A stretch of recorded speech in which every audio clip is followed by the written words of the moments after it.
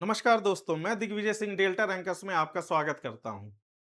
आज हम बात करेंगे पीईटी एग्जाम के बारे में। जैसा कि यहाँ मेंशन है पीईटी 2026। अब बात करते हैं कि ये एग्जाम कराया क्यों जाता है, ये एग्जाम होता क्या है। ये सारी चर्चा हम इस वीडियो में करेंगे। यहाँ पे हम चर्चा करेंगे पीईटी 2026 के सिलेबस की, एग्जाम पैटर्न की और इसके एलिजिबिलिटी क्राइटेरिया की। अब बात आती है ये पीईटी एग्जाम क्या है, ये क्यों कराया जाता है, कौन कराता है। तो पीईटी की फुल फॉर्म है प्रीलिमिनरी एलिजिबिलिटी टेस्ट और ये एग्जाम यूपी ट्रिपल एससी यानी कि Uttar Pradesh subordinate services selection commission कराता है। और इस एग्जाम का मकसद आप ये जान लीजिए कि ये पीईटी का जो एग्जाम है ये एक स्क्रीनिंग परीक्षा है। इसका मतलब इसमें उम्मीदवारों की एक तरह से छटनी की जाती है। जैसे किसी भी पोस्ट के लिए अगर फॉर एग्जांपल अगर हम ले किसी डिपार्टमेंट में कुछ पोस्ट निकली हैं, मान लीजिए एक्स पोस्ट निकली हैं, उसके लिए लाखों उम्मीदवार लाखों लोग उसके फॉर्म भर देते हैं और वो परीक्षा कंडक्ट करवाना और उसका अरेंजमेंट करना और उसके लिए उनकी कॉपी चेक करना और बहुत सारी चीज़ें बहुत मुश्किल हो जाती हैं सरकारों के लिए। तो इस समस्या से बचने के लिए एक स्क्रीनिंग की परीक्षा यूपी ट्रिपल एससी द्वारा कंडक्ट कराई जाती है।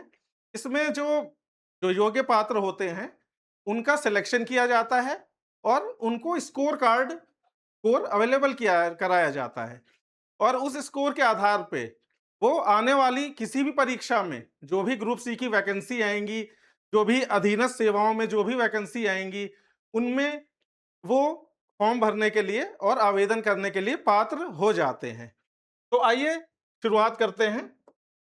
सबसे पहले जैसा कि मैंने बताया पीईटी की फुल फॉर्म है प्रीलिमिनरी एलिजिबिलिटी टेस्ट पीईटी और ये Uttar Pradesh subordinate services selection commission द्वारा कराया जाता है।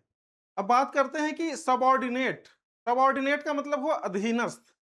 तो ये अधीनस्थ जो भी पद होते हैं, ये वो सरकारी पद होते हैं जो उच्च पदों जैसे आईएएस, आईपीएस, आईएफएस या और भी उच्च पद जो हैं उनके अधीन जो लोग काम करते हैं या उनके सहयोगी के रूप में काम करते हैं, उन्हें अधीनस्थ कहा जाता है। तो ये जो परीक्षाएं होती हैं, इनके लिए जो एलिजिबिलिटी टेस्ट होता है, वो पीईटी होता है, यानी कि प्रिलिमिनरी एलिजिबिलिटी टेस्ट। अब आइए हम बात करते हैं आगे कि इसमें एजुकेशनल क्वालिफिकेशन क्या होती है।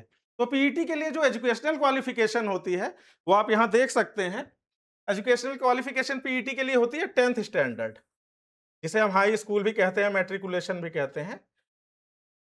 तो ये बेसिक जो एलिजिबिलिटी जो बेसिक एकेडमिक रिक्वायरमेंट है, वो 10th क्लास है, जिसे हाई स्कूल भी कहा जाता है या मैट्रिकुलेशन कहा जाता है, या इसके इक्विवेलेंट जैसे कि यहाँ पे लिखा हुआ है स्कूल सर्टिफिकेट और एन इक्विवेलेंट क्वालिफिकेशन, या तो हाई स्कूल हो या उसके इक्विवेलेंट कोई क्वालिफिकेशन हो। अब आगे बात करते हैं एज लिमिट की। तो साथियों इसकी एज लिमिट 18 साल से 40 साल तक है। अब जैसे हम बात करें एग्जाम पैटर्न की, तो ये जो एग्जाम होता है, ये पेन एंड पेपर बेस्ड होता है। मतलब ये ऑफलाइन एग्जाम होता है, पेन एंड पेपर बेस्ड होता है, ओएमआर बेस्ड होता है। तो ये ऑफलाइन एग्जाम ही होता है, हमें यही जानना है इसके बारे में। अब हम इसकी बात करें कि इसमें पैटर्न क्या है एग्जाम, मतलब किस कैसे आता है, कितने क्वेश्चंस आते हैं। तो इस एग्जाम में पीईटी के एग्जाम में 100 क्वेश्चंस आते हैं। हर क्वेश्चन 1 मार्क का होता है, इसमें नेगेटिव मार्किंग भी होती है और 0.25 मार्क्स डिडक्ट किए जाते हैं किसी भी रॉन्ग आंसर के लिए या गलत जवाब के लिए। और यहाँ पे आप देख पा रहे होंगे 2 घंटे का ये एग्जाम होता है और लैंग्वेज का मीडियम बाइलिंगुअल होता है, excluding language specific subsections. Language specific subsections का मतलब हो गया जैसे अ, इसमें जनरल इंग्लिश और जनरल हिंदी का पेपर भी होता है, तो उनको यहाँ पे सब सेक्शंस लैंग्वेज स्पेसिफिक सबसेक्शंस कहा गया है। अब हम इसके लिए बात करते हैं कि इसमें कौन-कौन से विषय पूछे जाते हैं या कौन-कौन से टॉपिक पूछे जाते हैं। तो कुल मिला के इसमें 15 टॉपिक पूछे जाते हैं। 10 टॉपिक में से 5-5 क्वेश्चंस आते हैं, यानी कि 50 नंबर, और 5 टॉपिक्स में से आते हैं 10-10 क्वेश्चंस। जैसे हम यहाँ बात करें, पहले तो हम इसके टॉपिक की बात कर लें कौन-कौन से आते हैं। अब इसमें बहुत सारे टॉपिक्स हैं, इसको हम अगली स्लाइड में डिस्कस करेंगे। जैसे यहाँ पे मेंशन है, जैसे इसमें इंडियन हिस्ट्री हो गया, इंडियन नेशनल मूवमेंट हो गया, ज्योग्राफी हो गया, इंडियन इकोनॉमी है, उसके साथ-साथ Indian constitution and public administration है, जनरल साइंस और प्रारंभिक जो अर्थमेटिक है या एलिमेंट्री अर्थमेटिक है।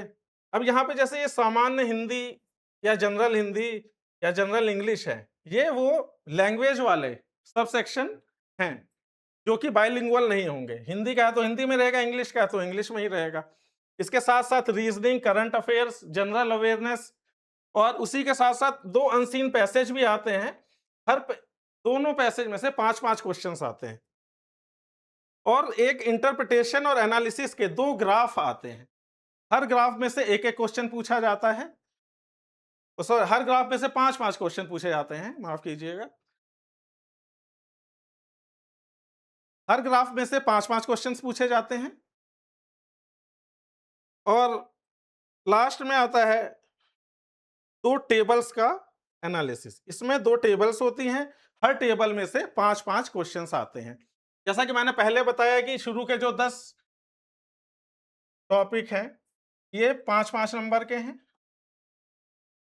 इंटू 10, 50 ये हो गया, और आखिरी के जो 5 हैं, अब ये 10-10 मार्क्स के हैं। आप यहाँ देख सकते हैं, 10-10 मार्क्स के हो गए, टू 5, ये भी टोटल 50 आ गया।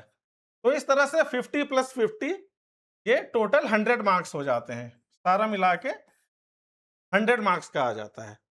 तो इस तरह से ये टोटल मार्क्स 100 हो गए, और जितने भी क्वेश्चंस हैं, वो 1 मार्क्स का होगा, जैसे मैंने पहले भी बताया था, और ध्यान रहे कि इसमें नेगेटिव मार्किंग भी है। अब हम आगे की बात कर लेते हैं।